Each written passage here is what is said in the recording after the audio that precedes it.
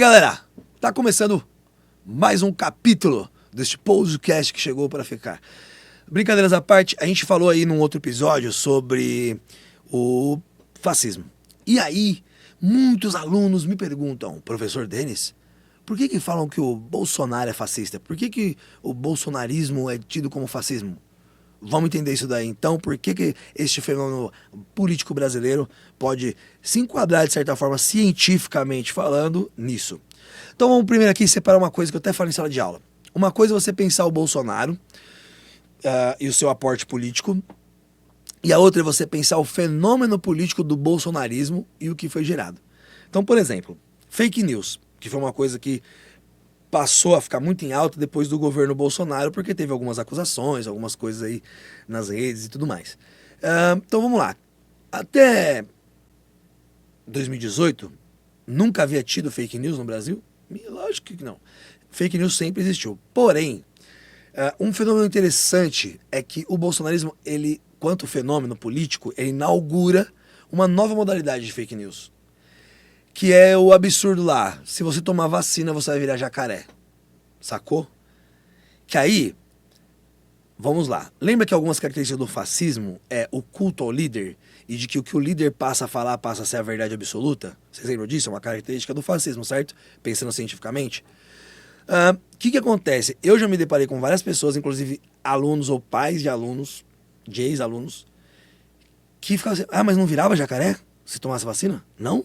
Nossa, e teve gente que, infelizmente, morreu de Covid, acreditando que se ele tivesse tomado a vacina, ele viraria jacaré. E isso é muito sério, é muito grave. Porque aí passa a se ter um culto ao líder. Aí vamos pensar, esse culto ao líder é tão grave que você cria o mito. Tá vendo? Ó? Então, os outros líderes tidos ou caracterizados quanto fascistas não tinham apelidos, que criam uma figura mitológica sobre eles, que a gente citou lá no outro capítulo. Então, quando fala do Bolsonaro, você fala do mito. É um mito. Aí o mito falou, já era. Então isso é um problema. Nacionalismo. O Deus pátria. Fundamentalismo religioso, que é outra característica importante. Porque aí você diz que pode acreditar em Deus, mas no meu. O dos outros está errado. Isso é perigoso. E infelizmente a gente viu. Gente, Jesus foi morto torturado com uma lança.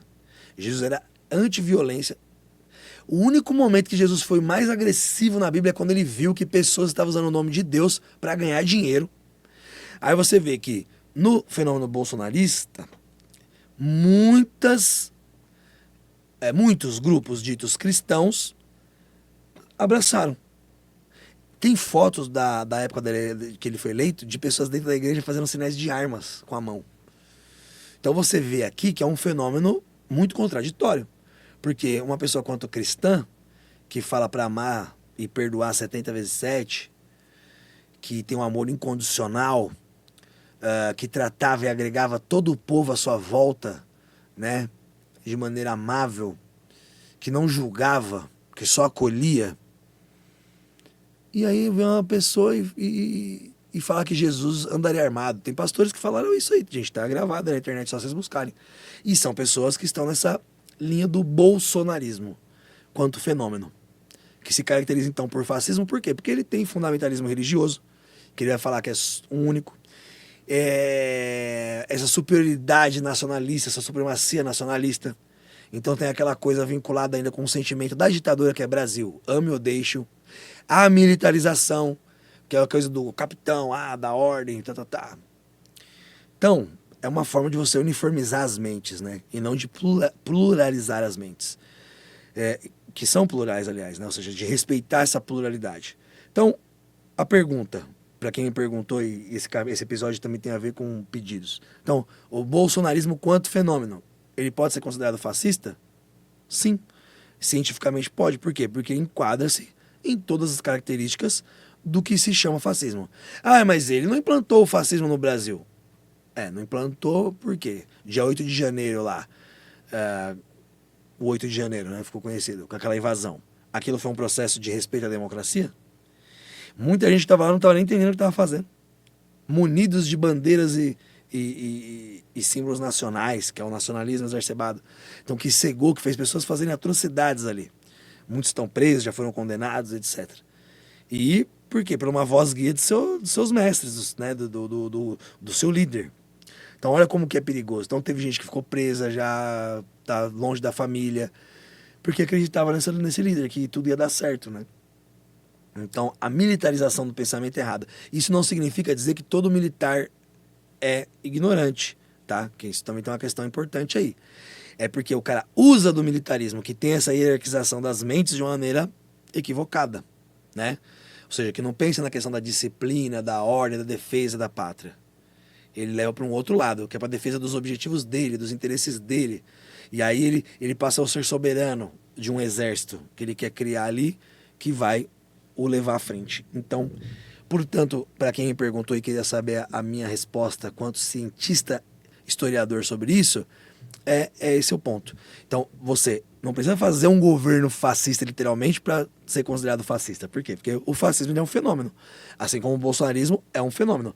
E o bolsonarismo, por exemplo, ele tem as características próprias dele também, que é essa questão do fundamentalismo religioso no Brasil, né?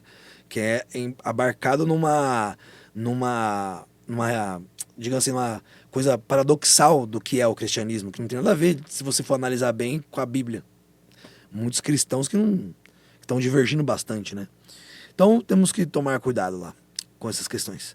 Beleza? Então acho que ficou claro. Então, bolsonarismo quanto fenômeno pode ser considerado e caracterizado fascismo, porque nas características que a história quanto ciência, a história e suas tecnologias, né?